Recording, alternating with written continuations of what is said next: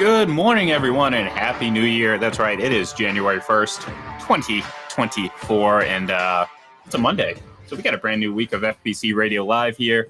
The 17th week of the NFL season is over. We got one more left. There was a lot of things that were cleared up this weekend. The Baltimore Ravens, number one seed in the AFC, thanks to a MVP-like performance from Lamar Jackson, 5 touchdown passes. I think, John, he heard the criticism, and I say that very sarcastically and kind of mockingly, the criticism about him not being quarterbacky enough. Well, guess what?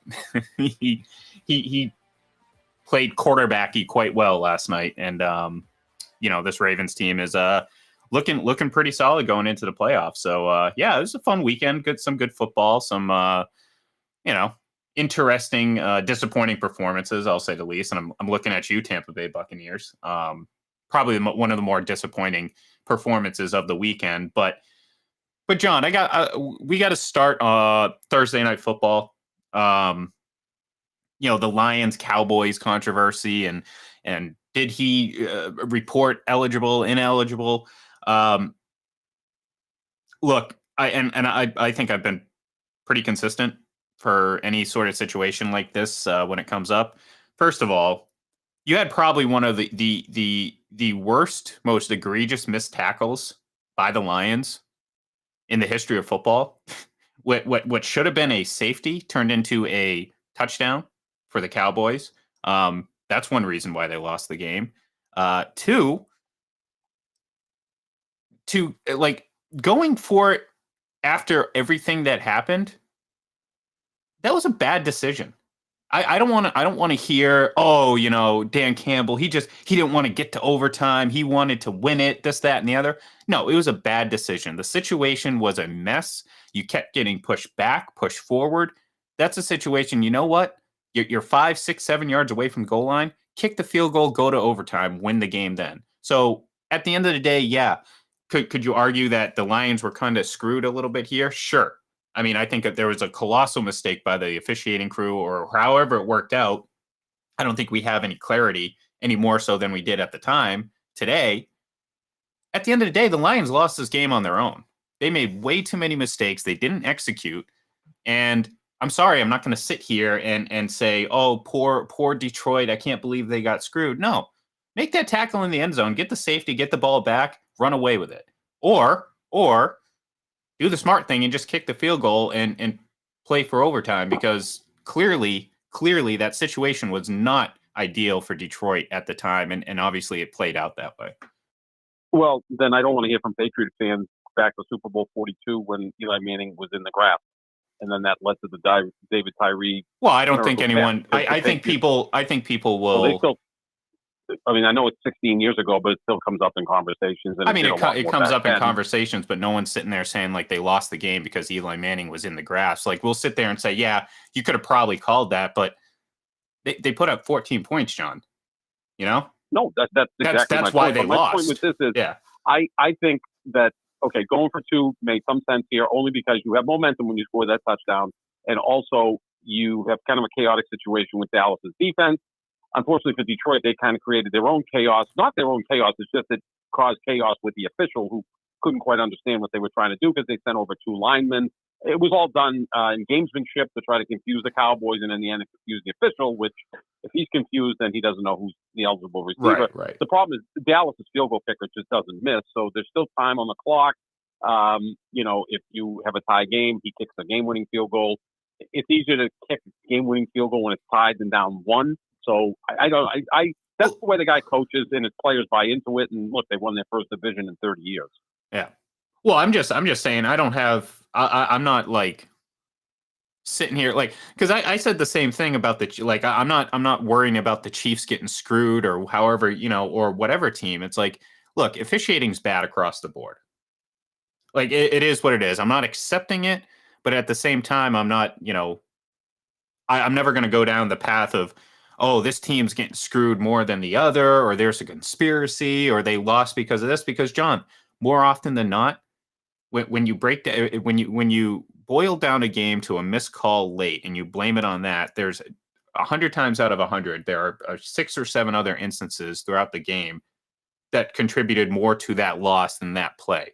Now, of course, that's the last thing people are going to remember, and they're like, "Oh my God, they were screwed, this, that, and the other." But kind of to your point, John, like they get the 2-point conversion. Dallas still just needs the field goal, so that doesn't change anything, you know. Well, I still think mentality wise, it's easier to kick a field goal in a tie game than down one.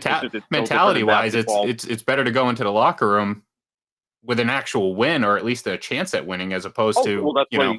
that's what he was, but that's trying to do, I think, at that point. But also to your point, though, you know, it was chaotic, and I think sometimes you got to understand that like chaos isn't good in that situation, especially when you're trying, like, you know what I mean? How many plays, how many 7-yard plays do you have on the goal line in your back pocket that are a sure thing? You know what I'm saying?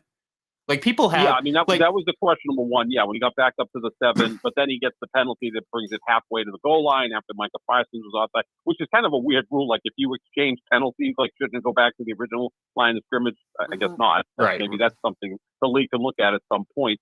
But in terms of this wasn't even a judgment call. This was like a hearing issue. Yeah. Like the official didn't hear what he was told, or the tackle came over and said X is eligible, and he heard Y is eligible. And I think what happened with him is he heard the name and then just looked at the numbers. Right. And now it's a 50-50 proposition. Is it 70? Is it 68? Whatever. So I think that's where it comes into. And this officiating crew, led by that referees, had some issues, even this year. So I guess they're not going to be officiating in the postseason because how they graded essentially was pretty poorly throughout the season. So it was unfortunate. It also is 8 years after the fact that Detroit may have got hosed in a playoff game at Dallas in 2014. Remember the call, non-call, which was supposed to be pass interference. It wasn't. Right. Again, I agree with you. I mean, there's a bunch of plays in a game, but when an official makes a judgment call that's off, that's one thing. When he just gets it wrong because he heard something different, I mean, this is, they should be better than that. They should, but ultimately, John, too, we're never going to know exactly what happened.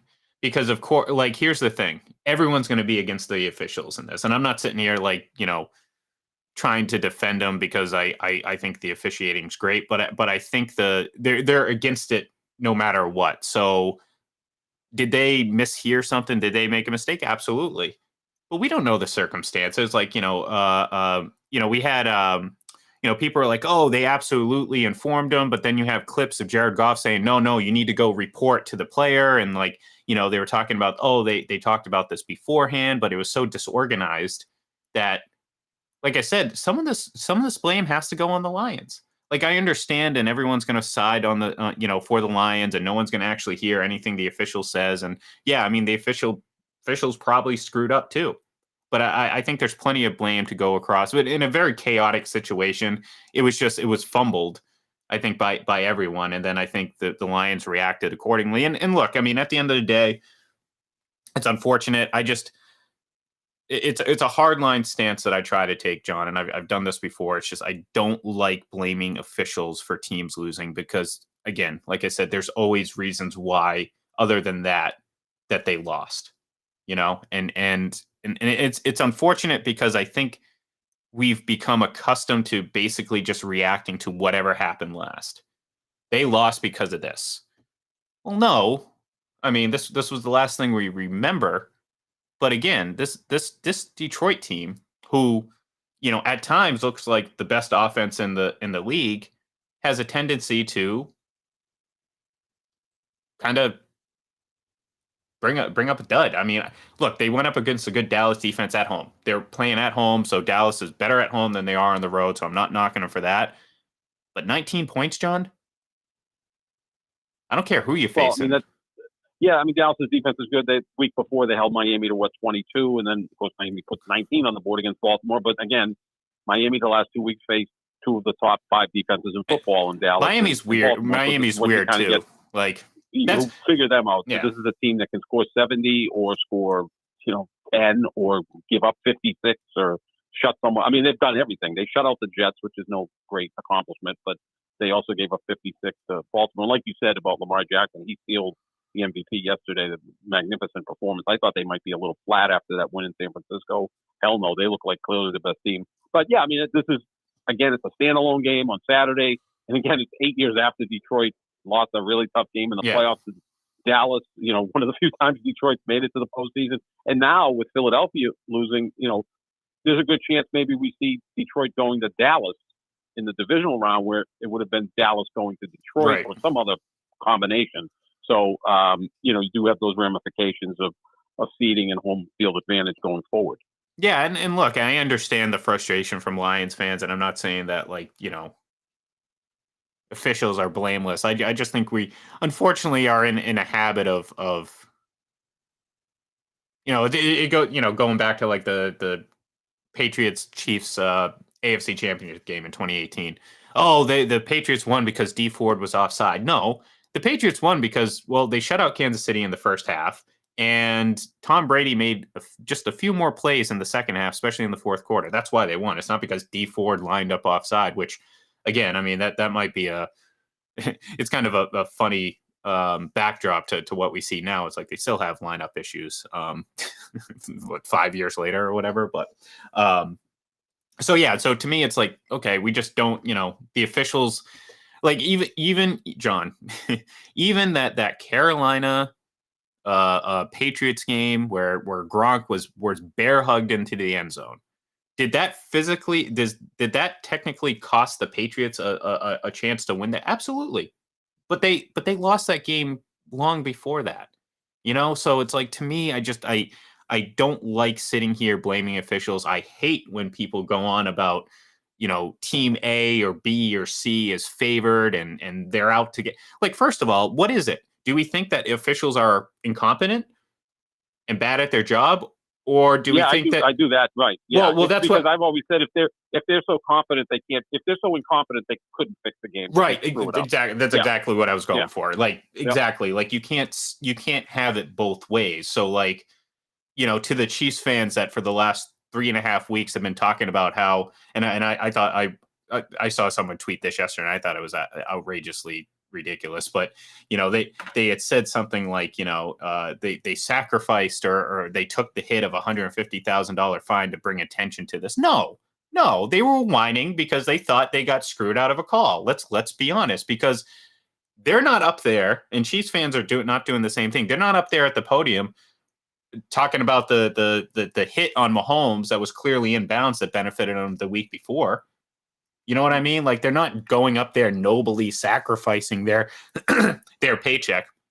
By the way, collectively, they make probably like $50-60 million a year. So $150,000 really isn't much. Nothing. So first of all, they're not sacrificing anything. So I kind of got a kick out of some Chiefs fans kind of going with that, because, they believe that they're being screwed and this, that, and the other, and they've never benefited from a call and all that stuff. When the reality of it is, for as all the calls that you think you got screwed, we can point to calls that you greatly benefited from. So again, there's no point to sit there and say, or try to convince yourself or anyone else that you're somehow being screwed by the officials or people, they're out to get the Chiefs. No, just if you stop committing penalties. Like, you know what I mean? Like, there's a reason why you get penalized a lot. It's because, well, you're committing penalties. It's not because there's a grand conspiracy. So, like I said, I mean, at the end of the day, I try to not focus. It doesn't mean that officials cannot impact the game. I think there's so many more plays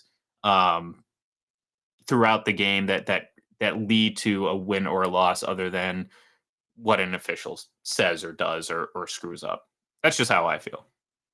My two favorite tennis players of all time, Stefan Edberg when I was much younger and Roger Federer when I got older, my two favorite tennis players of all time, would regularly overturn calls that would have benefited them. That's pure, right? I mean, maybe they were up 6-1, 5-1 in the second set, and they could do that, but they would regularly do that. That's why they have sportsmanship awards named after those two guys. Again, that's an individual sport, and it's a gentlemanly sport. I get that, but they would do that quite often. Obviously, John McEnroe wouldn't have done that. I can imagine if he was playing against Roger Federer, that would have been interesting. Federer would have just probably given him back the point to shut him up. Yeah. But but that's the purest sense. Yeah, I mean, look, Mahomes and Andy Reid can afford those fines. It's like asking someone that you know for a dollar bill. Yeah. for whatever. So And and that's clearly ridiculous. they weren't going up there with some noble decree to draw attention. Like everyone knows the officials suck. This isn't new. Like and Yeah. that's the kind of thing, and that's why I said also that that fan base might be the most narcissistic. You know what I mean? Like when you see people like getting outraged over the Detroit game, and your first instinct was, "Oh, thank God the Chiefs said something a few weeks ago to bring attention to this." That's narcissism. That's like textbook Yes. narcissism. Like there's no officiating has been Patriot bad. fans are the most persecuted fan base. Yeah. Oh God, it's without question. it drives me nuts because I end up getting sucked into these conversations, and it's a rabbit hole that I hate going down. But unfortunately, I go down that path often. It seems Did like. you have But discussions with Rodney Harrison fans that he should absolutely be a Hall of Famer? When there's a discussion there, and again, I don't think he is better than 5 other players in this class. In fact, I think he's the second best safety in this class behind Darren Woodson. God forbid if you say that, because Patriot fans will attack you. Well, look, I mean, I think eventually he should get into the Hall of Fame, but again, I'm not like that's the thing. Like you say, there's 5. I'm like, yeah, I get that. I understand. There's a lot of good. I mean, there's good players up there, and absolutely, Darren Woodson's been waiting, a little bit longer than Rodney Harrison. So that, but that's the thing, John. I'm a reasonable guy, John. I'm a reasonable guy. I get called a lot of things by Chiefs fans, but I always, this is the challenge I always throw out to them. I say, find me something that I said that is out of line or really out of line. And surprise, surprise, you really haven't found anything. Because, like, John, if I say he played poorly in Super Bowl 55, I'm not being a hater. That's a perfectly legitimate opinion. But, again, people will sit there and say, oh, why do you hate Mahomes so much? I don't hate him. Like, I'm giving you my opinion. And unfortunately, a lot of these people cannot handle that opinion. And, like, if you want to go back to some of the things I said in 2018 or 2019 in terms of evaluating his quarterback ability, I said it before. I was spot on. I know, like I don't like to pat myself on the back, so this isn't like a regular occurrence. You can attest for that, right? I don't think I do any humble bragging too often. Watch what you say. We all do. No, but resolution. But you know what I mean, like because again, there is audio. We have talked about this before, and I've talked about like, okay, Mahomes is great. I think the best part of his game is his legs, and that meaning not the scrambling aspect. But when he decides and he can read what he sees on the field and he decides to run, he's one of the better quarterbacks at doing it. There's no doubt about it. Like, and I think avoiding the pass rush, yeah. And but the problem is, and I'll pinpoint a specific play yesterday. That again, this doesn't mean that every play like this plays out this way, but there was a play at some point, and you might remember it from Tony Romo's overreaction. But he got the snap and he did this like little pirouette swing, turned to his right and threw, and it, completed the pass, got the 3rd down, and Tony Romo was like, "Oh, blah, blah, blah," all that stuff. Passing a kidney stone. Yeah. You watch the replay. First of all, it was a clean pocket. He almost spun into the pass rush, and had he just, I don't know, again, been better in the pocket, he makes that play long before he has to spin. So all that spinning and running around was 100% unnecessary. But how's it going to be viewed? Oh, that's Mahomes doing Mahomes things, and it's so great. So, and that's my biggest issue. So, like, people will sit there and say, well, look, he had to run for his life. Well, part of that reason was because he was creating those situations for himself. Doesn't mean the offensive line was perfect, but, he has a tendency to run early. Like, I mean, there was that interception the week before where he threw, I mean, I don't know what he was thinking. He opened his body up and he threw like off platform for no reason, John. No reason. That's not good quarterback play. He does that a lot. That's a Brett Favre, Josh Allen. Rodgers would do it too, but he was so damn accurate, he'd get away with it. Well, that's why I said more accurate than those guys, and that's why we've had the discussion where, like, I think Rodgers is far more accurate from him and Tom Brady are in 2 of the most accurate, consistently accurate quarterbacks. Patrick Mahomes is not, and I know Chiefs fans get all upset and call, like I said, call me a bunch of things, and they tend to always attack my personal life, which I always find hilarious because I'm like, you don't know me, and you're just an avatar with a picture of Patrick Mahomes as your profile. You know what I mean? Like, who the hell are you? But Maybe they don't like Shawshank. That could be it. that could They're be. pushing That could back be. against Shawshank. Well, that makes sense because, well, that'd be dumb if that was the case. But anyways, I've been tempted to join them in that, but that's okay. Oh, whoa. Do you want to drastically change the nature of our relationship? Then you would do that. So think wisely, my friend. But that's the point, and that's why I sit there and I say, when people say, "Oh, Mahomes can make all these throws that Tom Brady can never," I'm like, no. Name a throw, and I always say this, and I know exactly the type of response I'm going to get. It's going to be, "Oh, well, can Tom Brady run to his left and throw across his body to his right, across the field?" I'm like, first of all, he would never do that because that's dumb quarterback play. You know what I mean? And like, why? You know what I mean? Why would I praise that? So to me, it's like people are enamored with scrambling outside the pocket, and I think like I said, we saw a kind of a good example of sometimes it's just it's filler, John.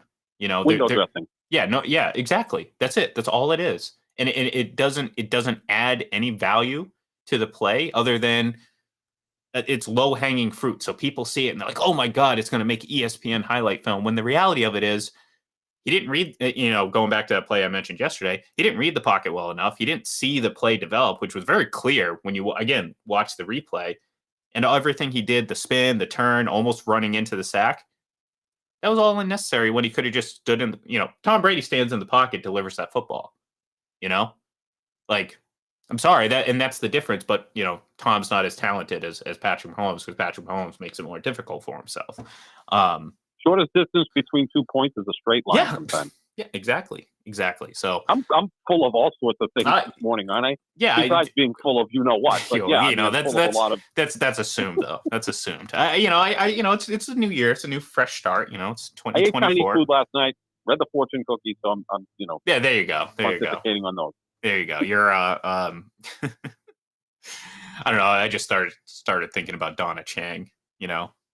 Oh, right, yeah. the Seinfeld episode. Oh no, actually, our last name was Changstein. Of course, it was. But anyway, so yeah, I mean, look, I know this started as an official rant about officiating, but the bigger point is, sometimes just pay attention to what you see on the field, not graphs, not like complaining about officiating, but what you see on the field. Detroit lost that game because they absolutely whiffed on what would have been a sure safety, and it turned into a huge touchdown pass, and it was a 98-yard touchdown pass. Yeah. So you lost the game there. I don't care about what happened at the end of the game. You lost the game right there because that was. I mean there was no reason for him to not wrap that quarterback up and or wrap Dak Prescott up and make that tackle. There's no reason other than it was just a sloppy miscue that ultimately was devastating to the Lions because it made a difference. So that's my opinion, and I'm sticking to it. No, it's very, very accurate. I also think that when we look at the postseason with the Lions, like how would this be their path to maybe getting to the NFC Championship game? Most likely they're going to host the Rams in the wild card game. So Matt Stafford coming back to Detroit and Goff going up against McVay, who jettisoned them out of LA. That is going to be probably, well, along with maybe Kansas City, Buffalo, like would be two awesome wild card matchups. And then if they win that game, have to go to Dallas in the divisional round. The last playoff win they had before, if they win that wild card round, was against Dallas in 1991. So they're going to be fascinating to watch in the playoffs. I'm rooting for them because I like chaos in terms of, the normal doesn't have to happen. I kind of want to see Detroit win the Super Bowl. I think it'd be pretty wonderful. Oh, Detroit, Cleveland, right? That's the dream, The Rust Belt. The Rust Belt Super Bowl. Maybe Buffalo gets thrown in there, So yeah. Although I regret not when I made the Ravens 49ers pick at plus 5,000. I kind of regret not actually putting money down on that because it's looking pretty good right now. Well, that was your Super Bowl pick, yeah. Yeah. And Lamar as MVP. Yeah. How's that for a triple parlay? Hey, doing pretty good. It was like I think there was a plus it was plus 1,500, plus 1,800, and plus 5,000 on all three of those. So I know. It's a I know. you can't live in what ifs. That applies to football too, folks. You can't treat reality with a bunch of what ifs and hypotheticals. And unfortunately, I lost an $11,000 superfecta on a photo finish for fourth place. That was a killer. Oof, that's rough. Yeah, Yeah, not good. yeah. That's why. That's why it's called gambling. Yes, that's right. And at the end of the day, I'm glad I don't go chasing stuff like that. Although I do have my futures bet that the Bruins will win the cup again, so we'll see if that pays off. Okay, before we go, we got a couple more minutes left. I mentioned at the top of the show, Buccaneers, man. What a disappointing show for this team who really was playing a lot of really good football and had a look. They still control their own destiny, so they're probably going to go out and win next week, and they're going to be the NFC South division champs. But man, they laid an absolute dud yesterday against the Saints, and you know what? Maybe it's just the Saints in the Bucks, because it was eerily similar to basically the game that cost Tom Brady the MVP in 2021. Although that game was only 9-0, as opposed to at one point this was, I think, 27 or something like that. Yeah, once again, Tampa didn't score till the fourth quarter, so it was on its way to being a shutout. And it becomes predictable, though. Like, Tampa wins 4 in a row, and Baker Mayfield's playing great. He's going to be comeback player of the year, and then you go against the division opponent. The Saints have some talent on defense, and next thing you know, Tampa's not able to clinch. But like you said, if they can beat the Panthers on Sunday, they'll win the division and most likely host Philadelphia, which, a couple of weeks ago you'd say, well, that's going to be an easy win for Philadelphia. But man, they're playing awful football. So I honestly, at this point, I might pick the Bucks in that game. It's not that I have incredible confidence in the Bucks, but you assume that they're going to be playing at home.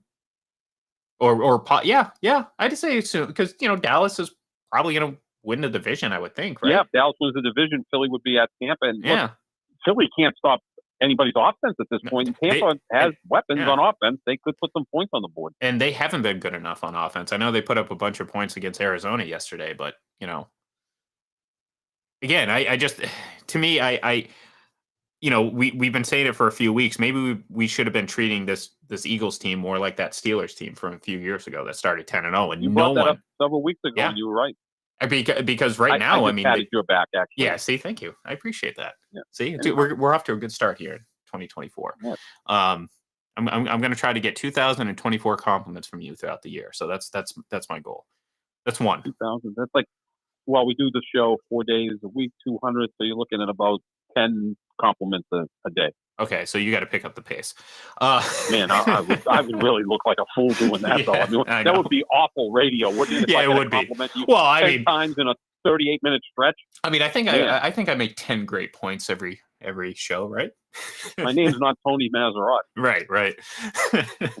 And I love Maz. Believe me, I do. He's a wonderful guy, and people I know that know him say he's fantastic with interns and everybody that's worked for him. But sometimes that show can be a bit, patting on the back. Yeah. It can be. Boston radio's not at its peak at the moment, but yeah. So look, Glenwood Way and Fred Smirlis and Steve Austin. Yeah, good. Yeah, it would be like, remember when it's like Kevin Nash, Scott Hall, and Hulk Hogan showed up like 20 years after the NWO, and they looked like absolutely terrible. Yeah, that's essentially what would happen. But anyways, yeah. Look, I Saranda's waiting on the outside. Yeah, there you go. Who's in Florida, by the way? He lived in Florida the last time I. Yeah, isn't it like South Florida somewhere? Everyone's down in like Fort Myers and Fort Lauderdale. So Ted's getting along with everybody. Yeah, exactly. Yeah, no, I thought the Buccaneers were very disappointing. I thought, obviously the Eagles, but we're kind of used to that at this point. Okay, was it surprise? Like, I picked the Eagles to win, but I can't remember specifically our conversation, but I don't know if it was necessarily confidence that we had in them, or just kind of like, well, we think they're better, but no, they've not been good. Nick Sirianni, again, this is another caution. We talked about cautionary tales with Russell Wilson in our last episode in terms of injuries and athletic quarterbacks post age 30. But this is another cautionary tale, and this could apply to the Patriots or whatever. Um, how many times are we going to go through this cycle where our coach is so hot in terms of like his stock? Like everyone's like, "Oh, he's such a great young." I mean, he gets it. He does it this different way. It's like it's changing the NFL to basically becoming a mockery because that's what Nick Sirianni has become. Let's be honest. Ever since he had those, the antics, I guess the boastfulness, the talking trash to fans. It's cute and funny when you're winning, Mm.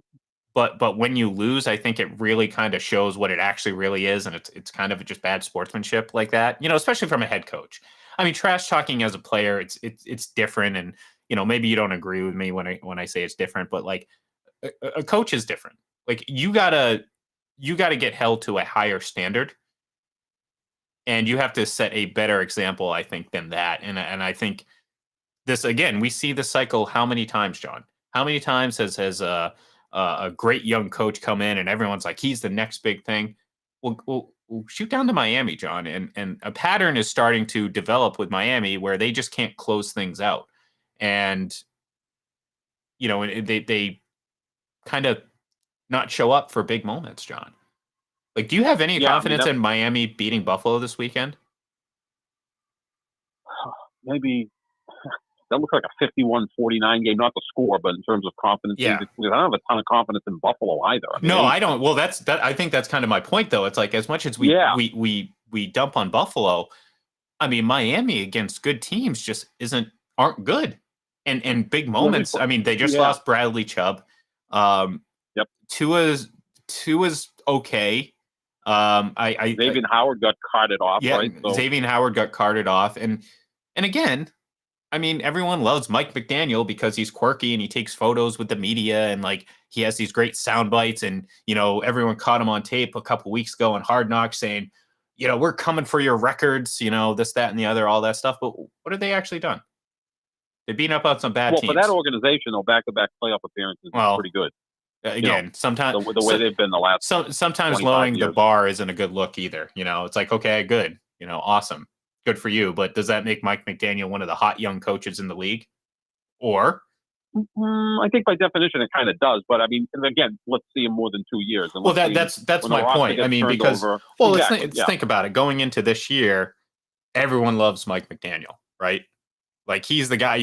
He's the Sean McVay. Soon enough, anyone who even comes in contact with him is going to get an offensive coordinator job. Remember that, John. That's actually I don't know. I don't know if that momentum has gotten that high yet because at least Sean McVay went to a Super Bowl. Pretty early Well, he on. went to 2 Super Bowls and he won one, and he's Well, back in the playoffs. I mean, early on, he went to that one, which Oh again yeah, gave it some legitimacy, obviously, to right. his praise. And again, you got to give credit, give credit where credit's due. I never thought he was as good as what people were talking about, but he's settled in and he's done a really nice job this year, I think. But at Yeah, the I end, mean, now he's been there 7 years, so we're getting a bigger sample size than right, say 2 years exactly. of And I think it's a more appropriate McDaniel or sample 3 years of size. Yeah, Sirianni. and I don't think anyone's coming in and saying, Sean McVay is the best coach in the NFL. I think they recognize him as a pretty good coach, no doubt about it. But like like you said, sample size, it gets a little bit larger and you get a little bit clearer picture, as opposed to 1 or 2 years, and that applies to quarterbacks as well. We go through this cycle all the time where people, a quarterback will start and all of a sudden you know they're the next great thing and everyone loves them. And then it's like, Jalen Hurts is a great example of that. Great season last Mm-hmm. year. He has been a huge, huge disappointment this year. And that's why you can't anoint these guys this early. And this is the problem that we had coming into the season. Not we, but in general, everyone kind of assumed that this was an era of great young quarterbacks, and the longer we go, the more we get into the season. It's just like, no, it's really not the case. Because, here's the thing, John. I think it's reasonable to say that a guy like Josh Allen might be the second or third best quarterback in the league, right? Relative to what we have right now. Oh yeah, I mean, you've got Mahomes. You've got to put Lamar up there. He's going to win his Sure. second MVP in 6 years. Yeah, Josh Allen. I'm a huge Burrow guy. Yeah. So yeah, he's certainly a top 5 quarterback, but then he's frustrating to watch at times because he does so many silly things out Well, there. and that's the thing. He plays like not a traditional top three. Like if he were to play his career again, and this might be unfair comparison because when we look back and say, wow, each and every week we saw Brady, Manning, Rodgers, and Breeze play. I mean, that's a pretty high standard to match. So I'm not saying specifically that, but you throw him in that era based on how he plays and the mistakes, and I mean that like that fumble he had late against the Patriots yesterday, where it was like he was like stretching out for no good reason whatsoever. Mm-hmm. That's the type of stuff where I sit there and say, Josh Allen, how are you ever going to become an an actual elite quarterback? Not just elite relative to your contemporaries at the time, but I'm talking about an all-time elite quarterback when you still do stupid things like that. That's stupid. Like that's not God, yeah. he's trying to make no that is stupid, and we see it each and every week from Josh Allen. And to me, I say all the good things that he does. He leads the league in total touchdowns. Buffalo, I think no team relies on their quarterback more than Buffalo does. I mean, Lamar Jackson's close, but I still think Buffalo just kind of is like, hey, Josh Allen, just go out and do it. But like I said, I mean, he makes far too many dumb mistakes that, had he played in the league 10 years ago, he might be in that tier 3. I mean, let's be honest, John. He's not gonna break that top tier. And quite frankly, he might not break the Matt Ryan tier. You know what I mean? Like that second, third level quarterback, great individual players, put up a bunch of yards, maybe not the best postseason player, or maybe doesn't have the accolades or the sustained success in that manner. That's where Josh Allen would be. He wouldn't be talked about as one of the best quarterbacks in the league. He'd probably be 6, 7, 8, maybe. After those 4 guys, then you'd have Mahomes. Obviously, would be in that conversation. Mahomes, Ben Roethlisberger, Philip Rivers. He's a Philip Rivers to me. Yeah, just a lot more fun to watch, and that's probably why he's more popular because he is, fun to watch in a positive and a negative way. I mean, I compare him a lot to Brett Favre. He's just not as good a natural thrower. Brett Favre, look, he has a strong arm as anyone we've seen. He's really not accurate. Favre was fairly accurate for a guy that had a cannon. Yeah. But they kind of play the game the same way. They're kind of loose with the ball, and they try to at times make mistakes because they're trying to do too much. Whereas, the really truly the great quarterback lives to play another day and lives to play another play. Well, and that's okay, exactly incompletion. It's now 3rd and 8. I can get it. I don't have to get it all right now. Like some people treat trying to do too much as something noble, when in reality, good quarterbacks understand when they need to put certain effort, and that's why ultimately stats are for losers, John. Just as Bill Belichick said a long time ago, it's pointless to sit here and try to break down a individual player with a metric. It really is. It's silly, and unfortunately, John, we're kind of going down that path where people they find that their stat of choice and they kind of just live and die by that, and I think it's really weakened the way we evaluate, especially quarterbacks, because there's just so much nuance to it. There's so much there's so many things that just aren't computable. You can't put it on a graph with dots. Like you can't, what I mean? So like at the end of the day, it's like, yeah, Josh Allen might check all these boxes when it comes to, wow, he's putting up these numbers, these rushing stats, this, that, and the other. But you're looking at the numbers, and my biggest concern with him is his decision making. And ultimately, that's what's going to hold him back. I don't care if he has 45 touchdowns, but if he's continuing to make, like, they could have thrown that game away, John. That was kind of a crucial. Oh yeah. Fortunately for them, the Patriots offense. Well, do I need to say more? It's the Patriots offense. So again, that I don't care if you could score 5 touchdowns, John. You go out there and you do something as dumb as that and basically give the game away. That's not good quarterback play. And that's what I talk about when it comes to context and situations and stuff that you can't necessarily pinpoint in a number. And that's, some of these things are so minor and minuscule, it seems, but it makes the whole world of difference when it comes to elite quarterbacks, great quarterbacks, and just your everyday run of the mill NFL quarterback. You know? Absolutely. So, all right, that's it. We're done. We'll be back tomorrow. We're overtime a little bit, but that's fine. That's okay. We go to overtime. Detroit doesn't. Our show is a little bit better. So, anyways, we will be back tomorrow. Though we'll give our top 5 teams, kind of start gearing up for the final regular season week. We do have some big matchups, including that Buffalo and Miami game, Sunday Night Football, essentially. So that'll be fun. So, thank you everyone for tuning in, and we'll talk to you tomorrow.